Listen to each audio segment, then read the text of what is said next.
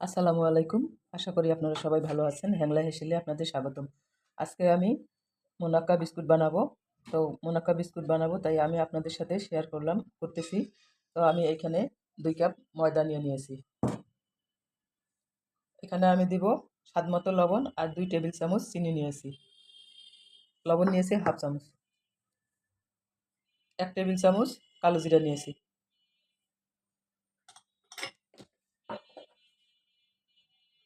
১/২ কাপেরও কম আমি রান্নার সয়াবিন তেল দিয়ে দেব।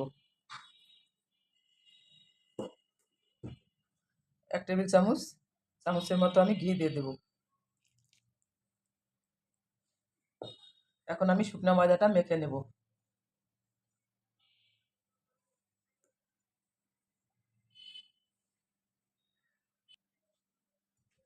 আমার ময়দাটা মাখা হয়ে গেছে। এখানে আমি ঠান্ডা পানি ব্যবহার করব। তাই পানিটা দিয়ে দিলাম।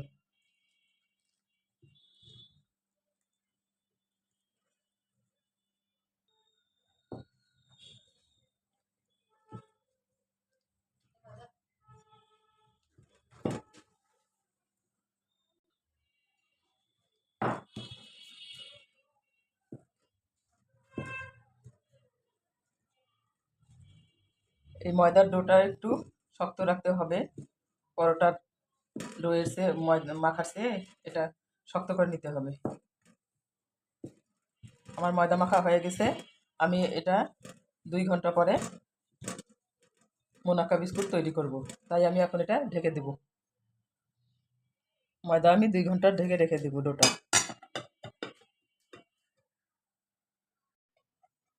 ময়দা আমি ২ ঘন্টা আগে মেখে দিয়েছিলাম মোনাক্কা বিস্কুট বানানোর জন্য। এখন আমি বিস্কুটের শেপ করে নেব রুটির মতন বেলে নিয়ে।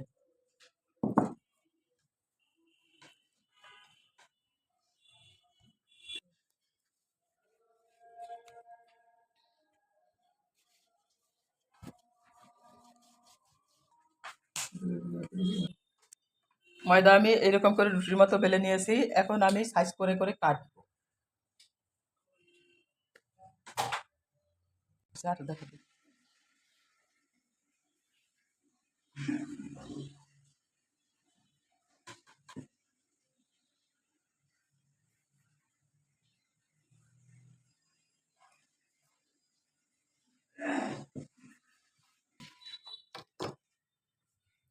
এরকম চারকোনা ছোট ছোট করে কেটে নিতে হবে।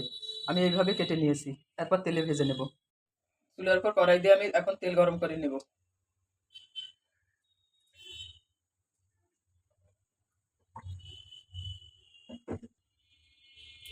তেল গরম হয়ে গেছে, এখন আমি আস্তে আস্তে করে দিয়ে দেব। এই মুনাক্কাগুলো ভাজতে হবে মিডিয়াম আছে।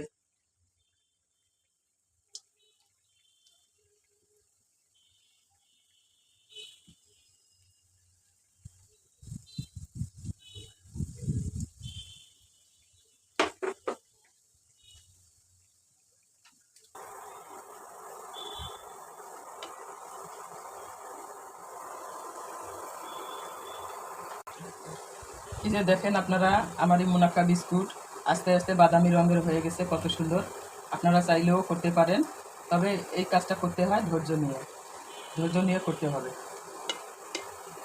হয়ে গেল আমার মোনাক্কা বিস্কুট ভাজা।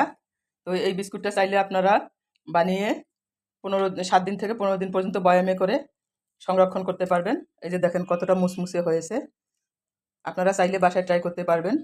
তো কে কোথা থেকে দেখতেছেন, যদি এই রেসিপিটি আপনাদের ভালো লেগে থাকে তাহলে অবশ্যই বাসায় বানিয়ে খাবেন এবং লাইক কমেন্টস করে আমার চ্যানেলটির পাশেই থাকবেন। সবাই ভালো থাকেন, সুস্থ থাকেন। আল্লাহ হাফেজ। আসসালাম।